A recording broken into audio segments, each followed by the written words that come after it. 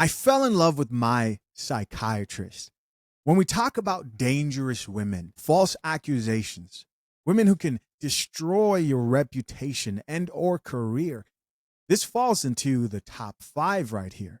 This woman gets on the internet to celebrate the fact that she was brave enough to leave a therapist who was using manipulation to keep her as a client until, of course, she was brave enough to leave. Now, as you keep on listening to her story, you soon realize why she needed a psychiatrist and probably some coffee as well. Drink the coffee, it'll make you feel better. Check it out.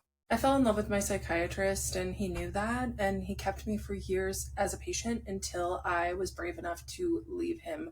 I want to talk about it. Okay. Usually when I go on this app and I have a question, I have a bunch of videos that pop up, and I searched in love with my psychiatrist and nothing happened. So I would really like to discuss what happens when we fall in love with our mental health professionals, and most importantly, the fact that there are so many people, especially men, that are emotionally dead inside, that feel called to going into psychiatry and therapy so they don't have to feel their feelings, but they can feed off of the vulnerability of their mostly female patients. Wow.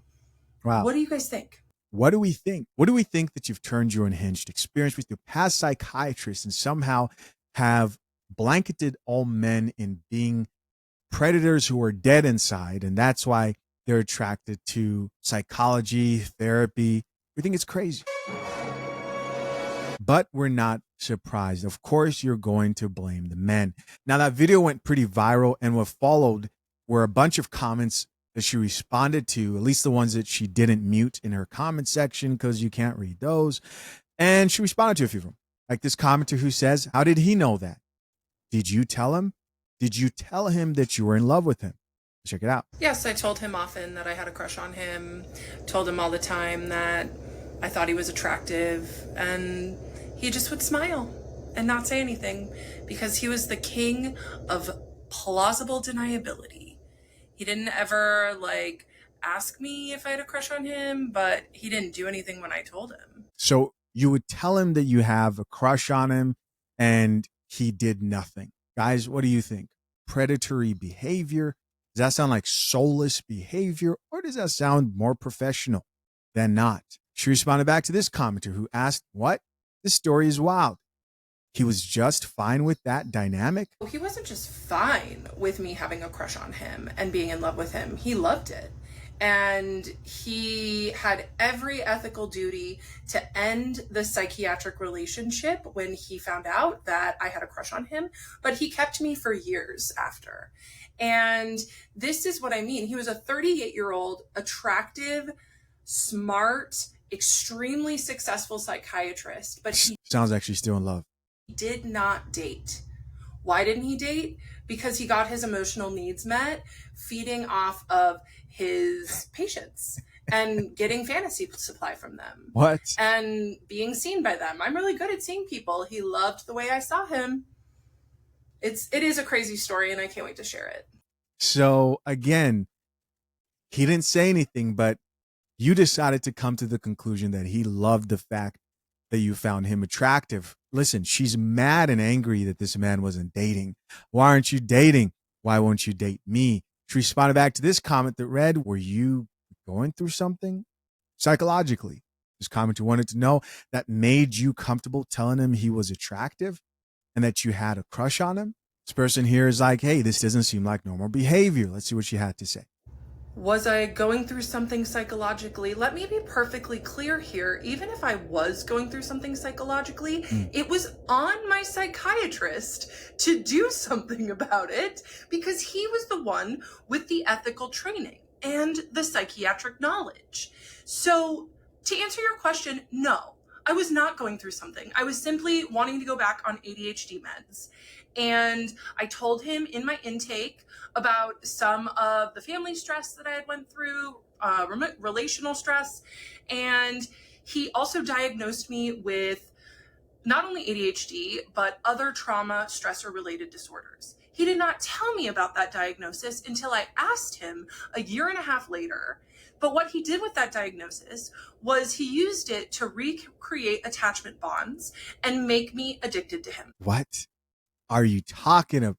Oh, yes, of course. The therapist used your attachment bonds to make you addicted to him. It's all his fault. Engaged or soon to be married men, getting a prenup doesn't have to be confusing. At fathershaverights.com, we break everything down in plain, simple English so you feel in control from day one.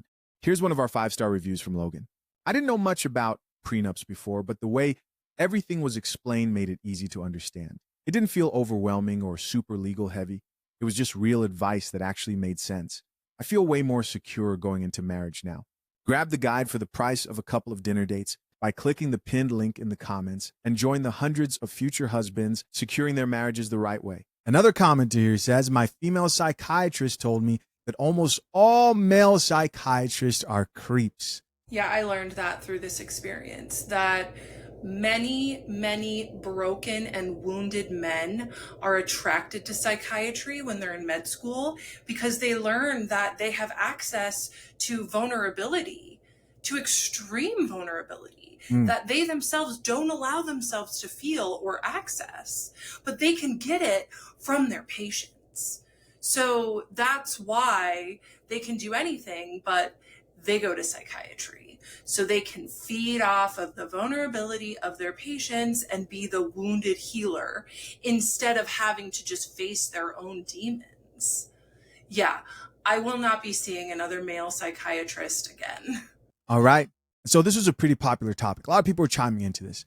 What do you guys think? Here's what this person had to say.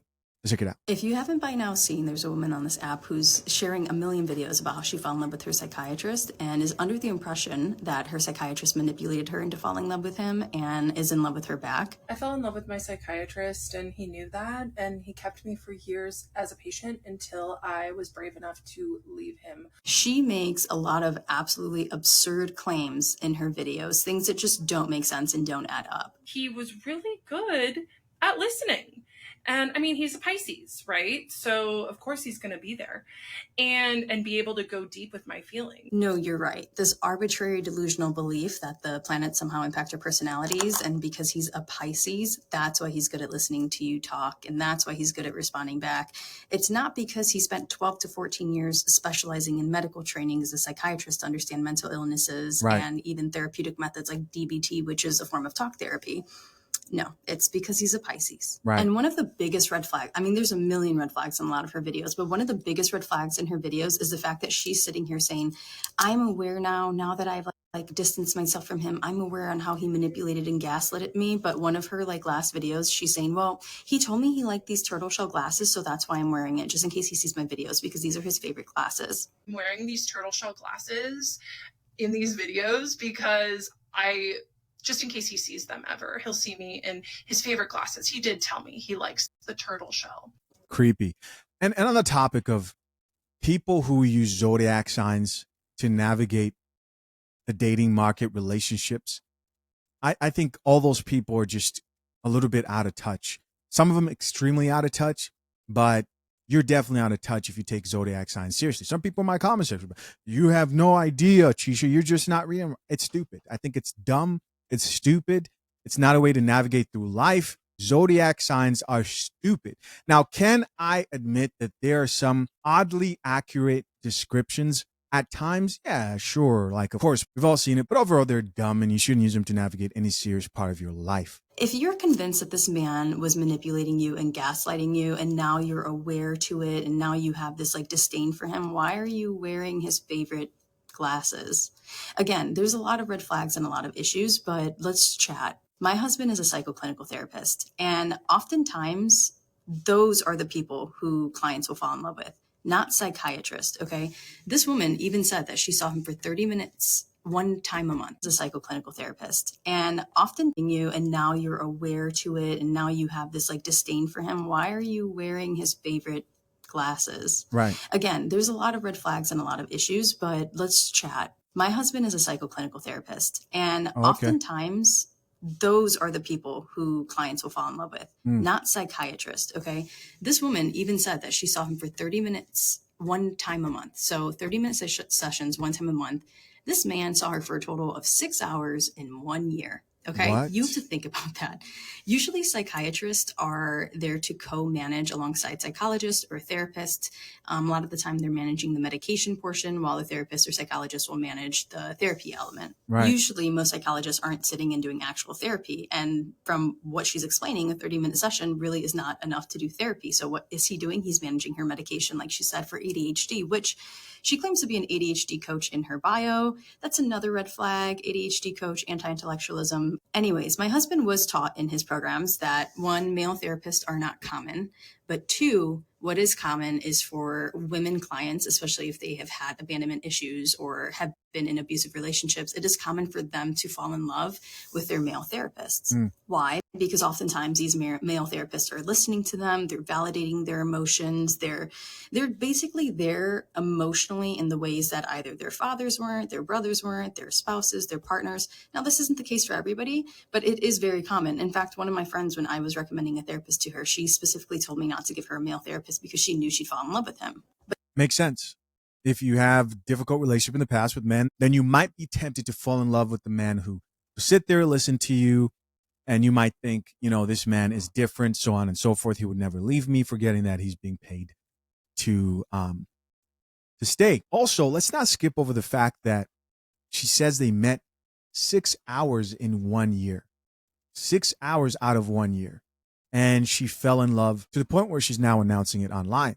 But this is something my husband has had to be keen and aware about because he's young, he's good looking, he's very sensitive and empathetic, and clients love him, male and female.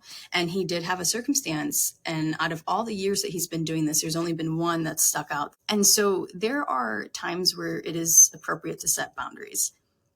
Based on what she was saying, the psychiatrist definitely set boundaries. And what I'm guessing is there was a case of transference. Like what she was feeling, she felt like he was feeling toward her. But this man had no contact with her outside of the therapy office. He didn't entertain when she was saying, I'm in love with you, I have a crush on you. Right. He even switched them to like telesession visits. So just because she didn't understand the boundaries he was implementing doesn't mean that the boundaries weren't being implemented. One of her excuses for like why she was convinced he was like manipulating her and entertaining her is because at one point she asked him if she can call him by his first name rather than doctor, blah, blah, blah.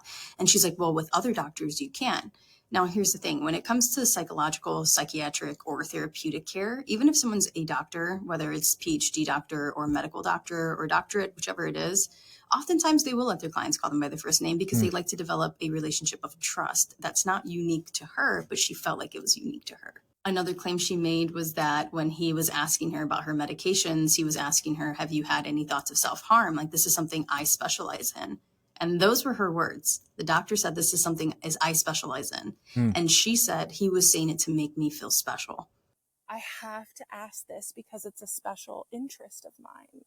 But is there any thoughts of harm? Like I was special to him. No, that's just something that the psychiatrist specializes in. Oh, no. Man better be in hiding. She even said that the therapist she started seeing after him like didn't even acknowledge what she was saying. I think the therapist knows that she's just not all there. I would tell the therapist how obsessed I was with my psychiatrist, and she didn't do anything about it. But the dangerous thing is that these women will come online and like because of HIPAA, this psychiatrist cannot defend himself. And she's given enough information that some people can identify him. She's even under the impression that the only reason he's single, not married, is because he's getting his emotional needs met from his patients. Did not date. Why didn't he date? Because he got his emotional needs met feeding off of his patients and getting fantasy supply from them. And being seen by them. I'm really good at seeing people. He loved the way I saw him. I'm going to tell you right now, patients like her and other people are exhausting to doctors and therapists. They're exhausting. You're not meeting emotional needs for him. In fact, you're probably tiring him and fatiguing him, and he probably goes home and drinks afterwards because of patients like her. The stories are really wild. There's a million red flags in what she's saying, and it's very clear that she is just emotionally not stable and is transferring her emotions and feelings onto the psychiatrist. And my thing is this, if you look at her responses, you see a lot of chicks who are really encouraging or supporting her stance and opinions. Makes me wonder, video has millions of views. How many of those chicks are in their stable mind? And there's only one cure for that. Of course, we know it's a nice shot of espresso. Let's read a few of these comments. First comment here reads, he was really good at listening. That's his job. Somebody else here added, my psychologist tells me she loves my outfit because I have great style, not because she's in love with me. Here's somebody else who says, I'm scared for him. Yeah. Somebody else here added, he kept me as a patient. Girl, you have to pay. Another person here added, she's arguing like a stalker. Exactly. That's the type of vibes I'm getting here of like, yeah, you did this. You made me fall in love with you. Now you have to pay. Here's somebody else who says she manipulated herself. Somebody else who says he's really good at listening. He's a Pisces. Bye. Another person who says, wow, if delusional took the form of a person. Hey guys, as always, I appreciate you checking out yet another episode of the Coffee Pod. To my currently engaged or soon to be married men, if you need a prenup and would like a guide that shows you how to get a solid and legally binding prenuptial agreement, hit the link into the top of the comment section and access your guide at fathershaverights.com today.